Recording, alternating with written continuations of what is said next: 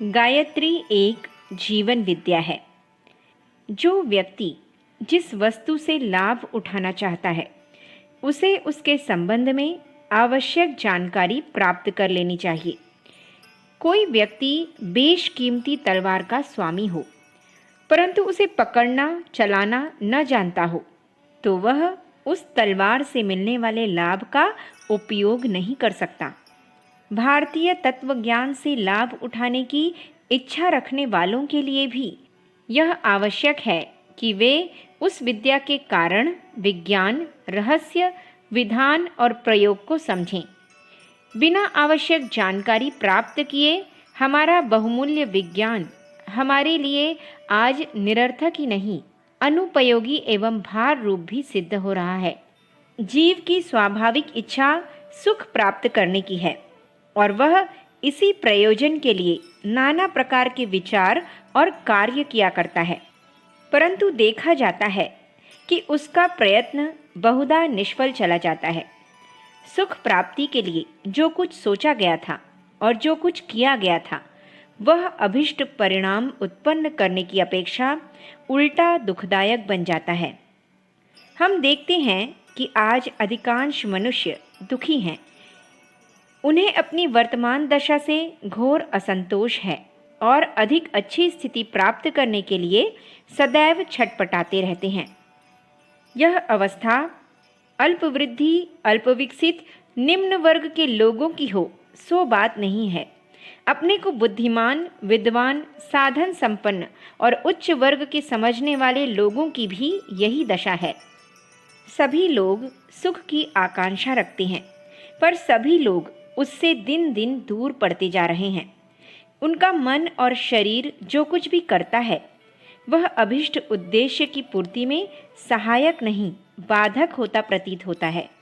मानव प्राणी की इस कठिनाई को हमारे पूजनीय ऋषि बहुत पहले से जानते थे, इसलिए उन्होंने आनंद के अक्षय भंडार के वास्तविक स्थान को युग युगांतर की खोज के पश्चात ढूंढ निकाला और उसे सर्वसाधारण के सम्मुख उपस्थित कर दिया। इस खोज का नाम है ब्रह्म विद्या। इसी का दूसरा नाम है भारतीय संस्कृति या भारतीय तत्वज्ञान। भारतीय संस्कृति एक विशुद्ध विज्ञान है जिसका उद्देश्य मनुष्य जीवन के बाहरी और भीतरी आनंद का परिपूर्ण विकास करना है। इस विज्ञान को जब हम जानते थे तब यह भारत भूमि स्वर्गादपि गरीयसी थी। तब हम चक्रवर्ती, शांति रक्षक और संसार की अतृप्त आत्माओं को अमृत पिलाने वाले जगतगुरु थे। आज उसकी उपेक्षा करके हम दीनहीन हो गए हैं। अपनी दीनता को मिटाने के लिए इधर उधर ओस चाटते फिरते हैं पर आंगन में बने हुए सुधा सरोवर की ओर ध्यान नहीं देते। यही कारण है कि जिसे भी देखिए वह अशांत, असंतुष्ट, अभावग्रस्त दिखाई पड़ता है। किसी को चैन नहीं, किसी को शांति नहीं, किसी को प्रसन्नता नहीं, किसी को उल्लास नहीं। धनी से लेकर गरीब तक और विद्वान से लेकर मूर्ख तक सभी एक सी बेचैनी से पीड़ित दिखाई पड़ते हैं। भारतीय संस्कृति में वह सब कुछ मौजूद है जिससे मनुष्य सच्चे अर्थों में सुखी बन सकता है।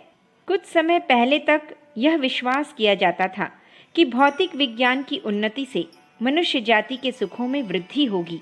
रेल, तार, जहाज, बिजली आदि नाना प्रकार के आविष्कार करने वालों का यही अनुमान था, पर परिणाम विपरीत निकला। सुविधाएं तो जरूर बढ़ीं, पर उस सुविधा से बचे हुए समय का सदुपयोग करने वाले ज्ञान के अभाव में यह सब अभिशाप साबित हुए। धनी अधिक धनी बन गए, गरीब अधिक गरीब हो गए। श्रम की उपेक्षा होने लगी और ऐश आराम की प्रवृत्ति ने चरित्र और स्वास्थ्य का सत्यानाश कर डाला और अस्पतालों, औषधालयों, जेल खानों, न्यायालयों के द्वारों पर भीड़ खड़ी कर दी। यह भौतिक विज्ञान आज तो भस्मासुर की तरह प्रलय तांडव करने को तैयार खड़ा है। परमाणु बम, हाइड्रोजन बम, मृत्यु विरण, पॉइजन गैस, कीटाणु बम की आड़ में खड़ा हुआ हिरण्याक्ष दैत्य आज फिर अट्टहास कर रहा है। लोग उस पौराणिक कथा पर विश्वास नहीं करते जिसमें कहा गया है कि हिरण्याक्ष दैत्य पृथ्वी को चुरा ले गया था। परमाणु बमों और हाइड्रोजन बमों से सजा हुआ हिरण्याक्ष आज पृथ्वी को निकल जाने के लिए, चूर्ण विचूर्ण कर देने के लिए कैसा विकराल रूप बनाए खड़ा है। इसे हम आज आंखों से प्रत्यक्ष देख रहे हैं। उस पौराणिक कथा की पुनरावृत्ति होने में बहुत देर दिखाई नहीं पड़ती। यह असंभव नहीं कि उन्नति की चरम सीमा पर पहुंचा हुआ विज्ञान समस्त मानव जाति को ही नहीं, पृथ्वी ग्रह को ही भस्म कर दे। यह नई बात नहीं है। भूतकाल में भौतिक विज्ञान के अत्यधिक विकास के परिणामों का परीक्षण हो चुका है। उनसे चकाचौंध उत्पन्न करने वाली सुविधाएं मिलती हैं, पर वे सुविधाएं अंततः घातक परिणाम ही उपस्थित करती हैं। रावण आदि वैज्ञानिकों ने भौतिक आधार पर चमत्कारी शक्तियां प्राप्त की थीं, और कितने ही तपस्वियों ने योग और तंत्र के आधार पर चमत्कारी रिद्धि सिद्धियों का रास्ता निकाला था, पर दोनों ही अंततः अनुपयोगी ठहराए गए और उनका सार्वजनिक उपयोग बंद करने के लिए कठोर प्रतिबंध लगाए गए। लंका का सारा विज्ञान प्रदेश हनुमान के द्वारा जलवा दिया गया ताकि वे प्रयोगशालाएं वहीं नष्ट हो जाएं।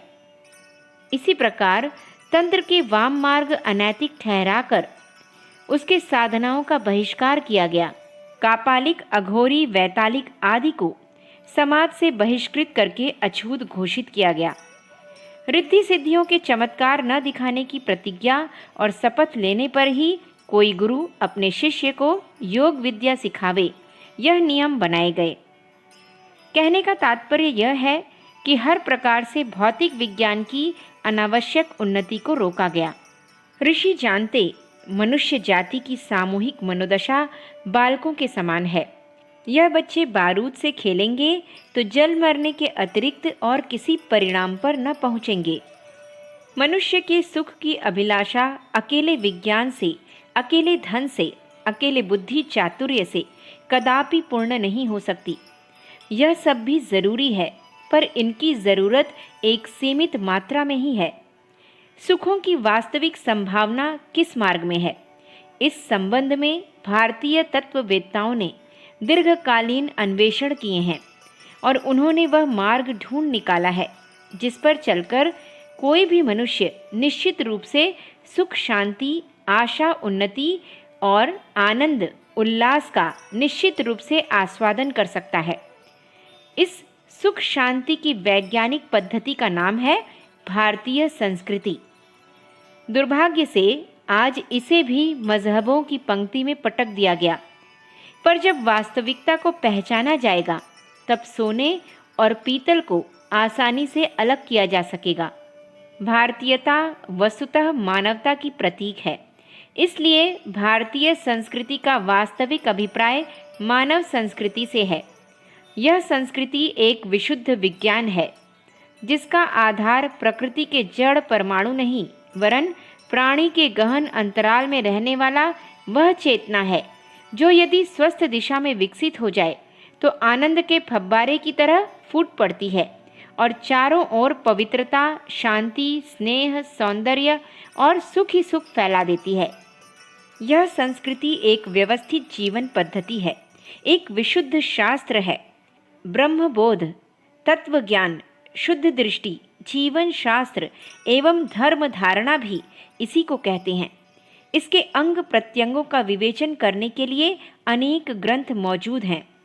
वेद शास्त्र, उपनिषद, दर्शन, पुराण, स्मृति आदि में भारतीय संस्कृति की एक एक बात की पूरे विस्तार के साथ विवेचना की गई है, परंतु जिनको इतना अवकाश नहीं है कि उन सब बातों को जानें या पढ़ें, उनके लिए एक बहुत ही छोटा 24 अक्षरों का मंत्र भी मौजूद है जिसमें बीज रूप से उस महान अध्यात्म विज्ञान की सभी बातें बीज रूप से मौजूद हैं।